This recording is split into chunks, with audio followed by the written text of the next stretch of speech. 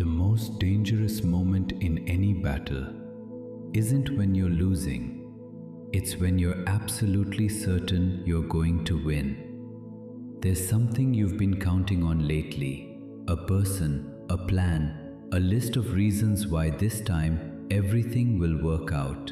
You've run the numbers, you've named the allies, you've told yourself, I've got this. But tonight, we're going to talk about why that feeling of being ready might be the most dangerous illusion you'll ever believe. And the answer comes from a man who stood on a battlefield surrounded by the greatest warriors the world had ever seen, and still couldn't stop listing them. You've done it recently, I know you have. You sat somewhere, maybe at your desk, maybe in the passenger seat of your car, maybe lying awake at 3 in the morning, and you mentally listed every reason your decision was the right one. The people who said yes, the savings account that should be enough, the friend who promised to help, the degree, the experience, the contacts, and for a moment, a brief, beautiful moment, you felt untouchable.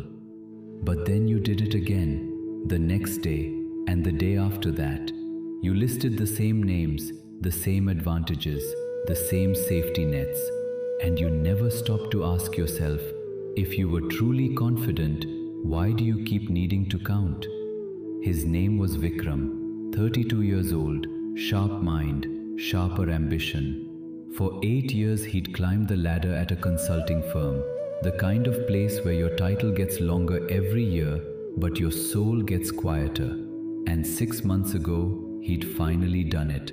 He'd quit, walked away to build his own logistics startup, one he believed could change how small businesses in India moved their products. And on paper, he had everything.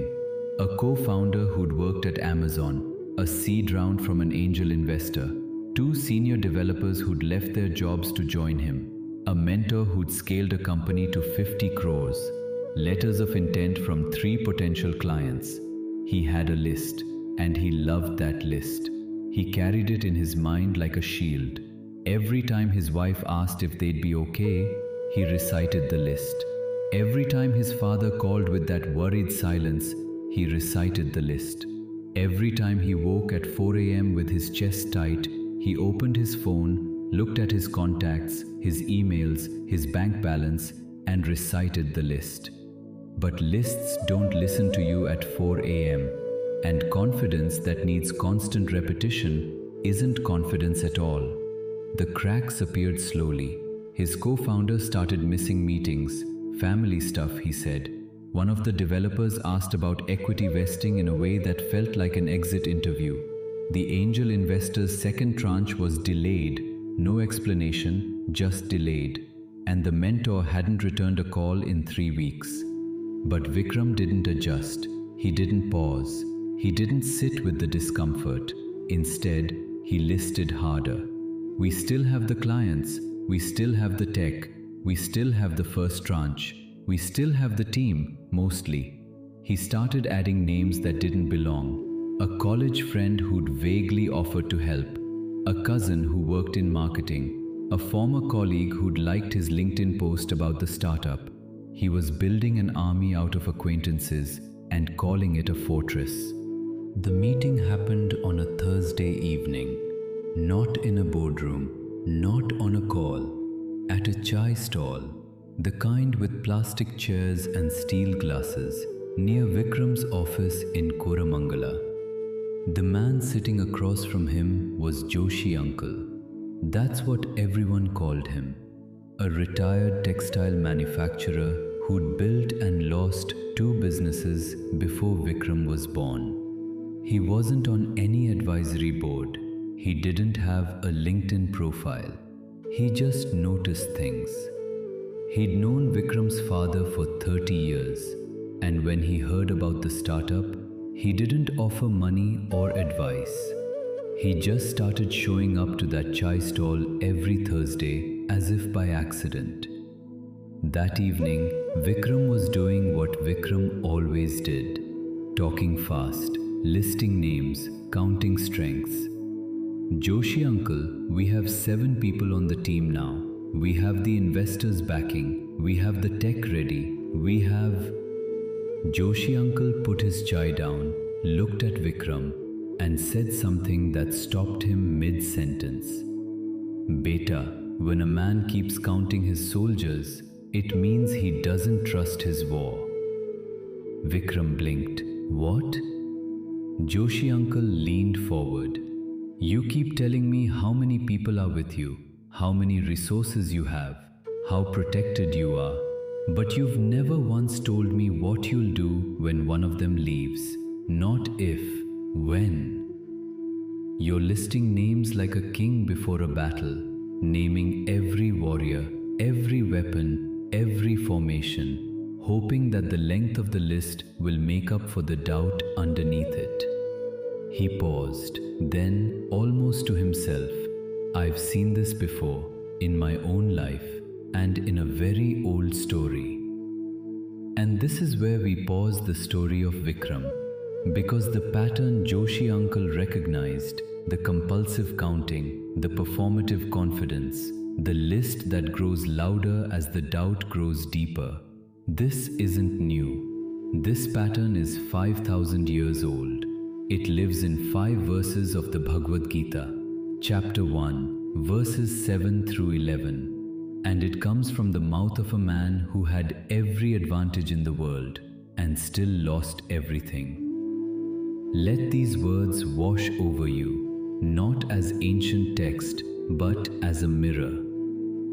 Asmakam tu vishishta ye tannibodh dvijottam, nayaka mam sainyasya sangyartham तान ब्रवीमिते भवान भीष्मश्च कर्णश्च कृपश्च समितिञ्जय अश्वत्थामा विकर्णश्च सौमदत्तिस्तथैव च अन्ये च बहवः शूरा मदर्थे त्यक्तजीविता नाना शस्त्र प्रहरणा सर्वे युद्ध विशारदा अपर्याप्तं तदस्माकं बलं भीष्माभिरक्षितं पर्याप्तं त्विदमेतेषां बलं भीमाभिरक्षितम् अयनेषु च सर्वेषु यथा भागं वस्थिता भीष्ममेवाभिरक्षन्तु भवन्तः सर्व एव हि.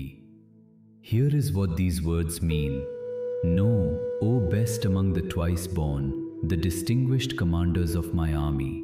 I name them for you: Bhishma, Karna, Kripa, Ashwatthama, Vikarna, the son of Somadatta, and many other heroes, all willing to lay down their lives for my cause, armed with many weapons, all skilled in war.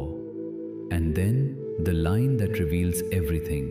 Our army, protected by the great Bhishma, is immeasurable, while their army, protected by Bhima, is limited. And finally, the command born from anxiety, not authority. All of you, stationed at your positions, you must protect Bhishma at all costs. These are the words of Duryodhana, crown prince of the Kaurava dynasty. He is standing at the edge of Kurukshetra, the most consequential battlefield in human history, speaking to his teacher, Dronacharya. Understand this. Duryodhana commands the larger army, 11 Akshohinis, massive divisions of soldiers, against the Pandavas 7. He has Bhishma, the invincible patriarch. He has Karna, the greatest archer, many believe rivals Arjuna himself. He has Drona, the supreme military teacher. And yet, he cannot stop listing, name after name, warrior after warrior, weapon after weapon. He's not commanding, he's convincing, not leading, lobbying. And then comes the most revealing moment. He tells every single commander on that vast battlefield to forget their positions, forget the strategy, forget the enemy, and just protect Bhishma. The man with the largest army in the world is asking everyone to guard his strongest warrior. That's not strategy. That's fear wearing the uniform of strategy. That is a man who has counted every name on his list, and still doesn't believe it's enough. And 5,000 years later, Vikram sat at a chai stall in Bangalore doing exactly the same thing. Joshi uncle didn't quote Sanskrit that evening. He didn't need to, but the truth he spoke carried the same weight. Vikram, he said, I'm not telling you your startup will fail. Nobody knows that. But I am telling you this. You are spending so much energy protecting your confidence that you have no energy left to face what's actually happening. Your co-founder is pulling away and you haven't had a real conversation about it. Your investor is going cold and you haven't built an alternative.